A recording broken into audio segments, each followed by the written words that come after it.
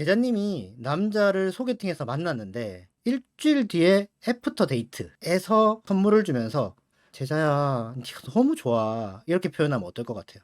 아 이렇게 나한테 선물도 주고 표현하는 만큼 날 좋아하는구나 이러죠. 아, 위험한데. 네, 안녕하세요. 하림 선생입니다. 제자입니다. 할인 선생님, 이 편에서 말했던 만나지 말아야 할 쓰레기 남자들 기억나시나요? 가스라이팅남, 그다음에 폭력남, 바람남 이렇게 세 종류였죠.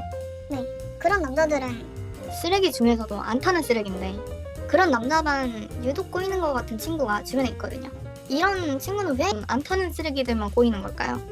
꼬인다기보다는 사실 그분들은 나쁜 남자를 거르지를 못하는 거예요. 그분들이 잘못해서 이런 남자들이 오는 건 아니에요. 천재지변 같은 거네요. 지진같이. 못 피해요. 근데 이 지진이 일어나도 어떤 집은 안 무너지고 어떤 집은 무너지잖아요. 내진 설계 잘 되어 있으면 안 무너지죠. 그런 남자들을 잘 거르는 여자분들이 뭐가 있다는 거네요. 그분들이 뭐가 있길래 그런 남자분들을 잘 쳐내시는 걸까요? 남자를 잘 보는 분들이 남자를 보는 법이랑 남자를 잘 못 거르는 분들이 보는 방법이 좀 다르거든요. 이제 못 거르는 사람은 쓰레기 수집가, 잘 거르는 사람은 쓰레기 감별사라고 부를게요. 그 방법의 차이점이 뭔가요? 일단 크게 두 가지입니다. 먼저 수집가들은 남자가 나한테 어떻게 하는지만 집중해요. 나에게 친절한지 배려를 잘하는지 보는 건가요? 당연하지 않을까요? 아니요.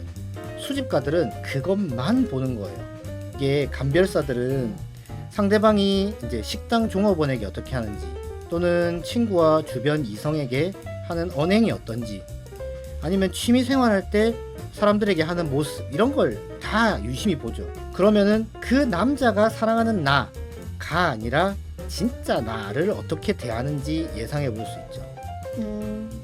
그러면 사귀기 전까지는 친절하다가 사귀고 나서 막 폭력적인 사람으로 돌변하거나 뭐 바람을 핀다던가 이렇게 돌변하는 남자들을 거를 수 있겠네요. 그리고 두 번째는 제자님한테 한번 물어볼게요. 제자님이 남자를 소개팅해서 만났는데 일주일 뒤에 애프터 데이트에서 제자님에게 선물을 주면서 제자야, 네가 너무 좋아. 이렇게 표현하면 어떨 것 같아요? 일단 선물 받았으니까 너무 고맙죠. 고맙다고 막 얘기하고 마음속으로 아 이렇게 나한테 선물도 주고 표현하는 만큼 날 좋아하는구나 이러죠. 아, 위험한데. 이게 보통은 부담스러워해야 하는 겁니다. 지금 남자가 내 기분이나 상황 무시하고 지금 하고 싶은 대로 막 선물 주고 막 공개 표현하고 막 이러고 있잖아요. 이 남자가 저를 무시한다는 생각을 못했던 것 같아요.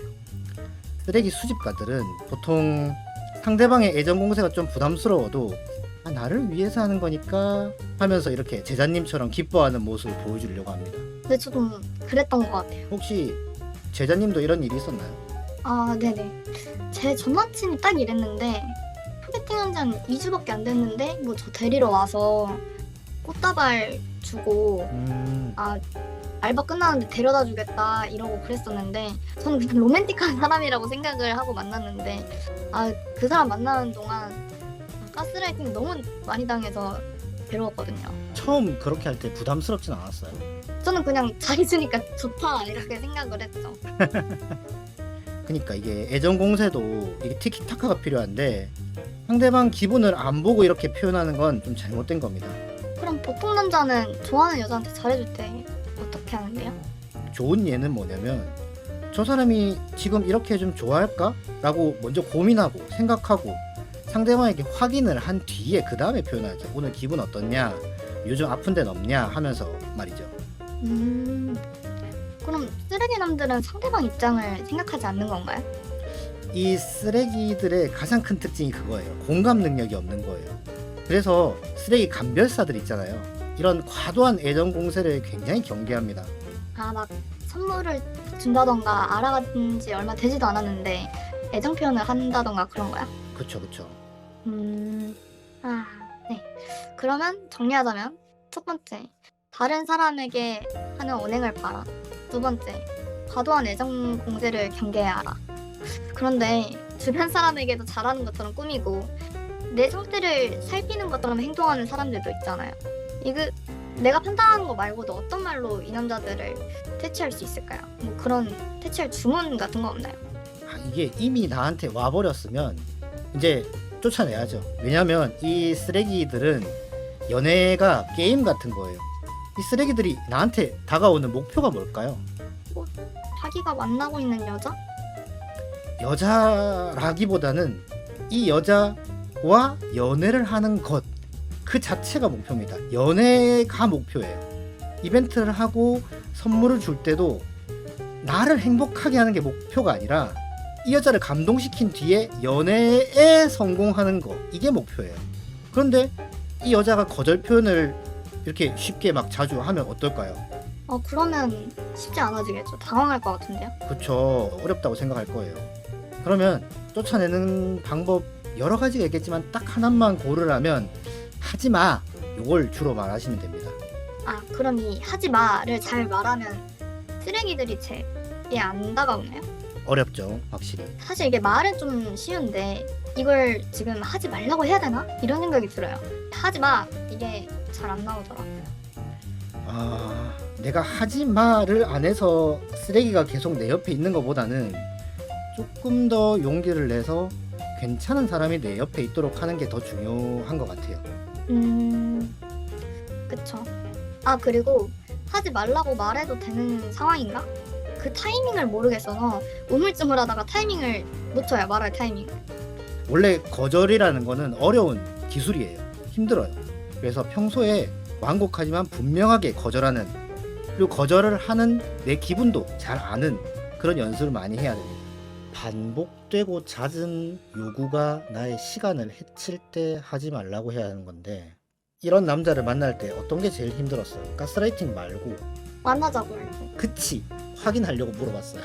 만나자는 게 본인이 보고 싶을 때, 본인이 애정 공세를 하고 싶을 때, 본인이 기분 좋을 때 만나자고 하고, 또 내가 필요할 때 딱히 거기에 만나주진 않아. 나를 생각하지 않아요. 나를 배려하지 않는 만남 약속을 거절하고 취소하는 연습을 많이 해야 됩니다. 좋은 남자를 만나고 있으면 내가 거절을 해도 우리의 연애 관계에 문제가 안 생겨요. 나쁜 남자는 내가 거절을 하면은 떠나갑니다. 빨리 쫓아내는 게 중요해요. 1분 1초라도 더 오래 나를 힘들게 하면 안 됩니다. 그럼 이제 만나자고 하면은 바로 어떤 생각을 떠올리는 게 좋을까요? 일단 내가 되는지 먼저 생각하고, 저 안 된다고 생각을 해요. 안 되면 그냥 안 된다고 하면 돼요. 그러니까 안 되는데 자꾸 되게 하려고 하니까 문제가 생기는 거예요. 그쵸. 안 될 때는 안 된다고 얘기를 해야 합니다.